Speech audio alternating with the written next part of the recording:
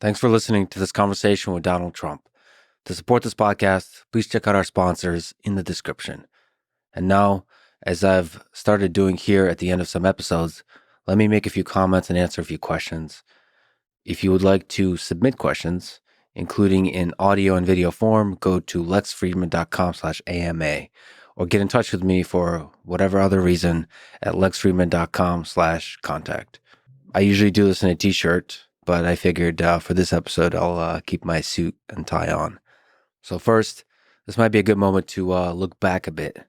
I've been doing this podcast for over 6 years, and I first and foremost have to say thank you. I'm truly grateful for the support and the love I've gotten along the way. It's been, I would say, the most unlikely journey, and on most days, I barely feel like I know what I'm doing. But I wanted to talk a bit about how I approach these conversations. Now, each conversation is its own unique puzzle, so I can't speak generally to how I approach these. But here, it may be useful to describe how I approach conversations with world leaders, of which I hope to have many more and do a better job every time.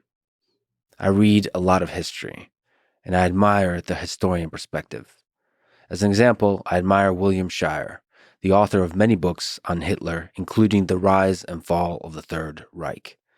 He was there and lived through it and covered it objectively to the degree that one could. Academic historians, by the way, criticize him for being a poor historian because he editorialized a little too much. I think those same folks criticize Dan Carlin and his Hardcore History podcast.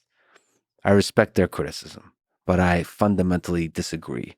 So in these conversations with world leaders, I try to put on my historian hat. I think in the realm of truth and public discourse, there's a spectrum between the ephemeral and the eternal.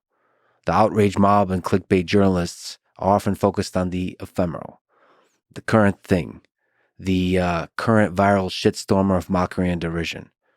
But when the battle of the day is done, most of it will be forgotten. A few true ideas will remain, and those the historian hopes to capture. Now, this is much easier said than done. It's not just about having the right ideals and the integrity to stick by them.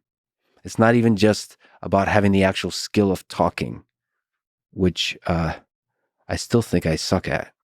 But let's say it's a work in progress.